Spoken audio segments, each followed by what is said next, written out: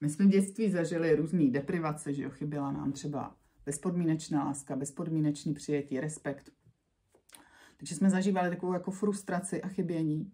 A samozřejmě to nechceme, chceme předtím naše děti ochránit. A tam je potřeba ale rozlišovat dvě věci. To, co dítě potřebuje, což je právě ta bezpodmínečná láska, pocit bezpečí, komunikace, respekt, laskavost.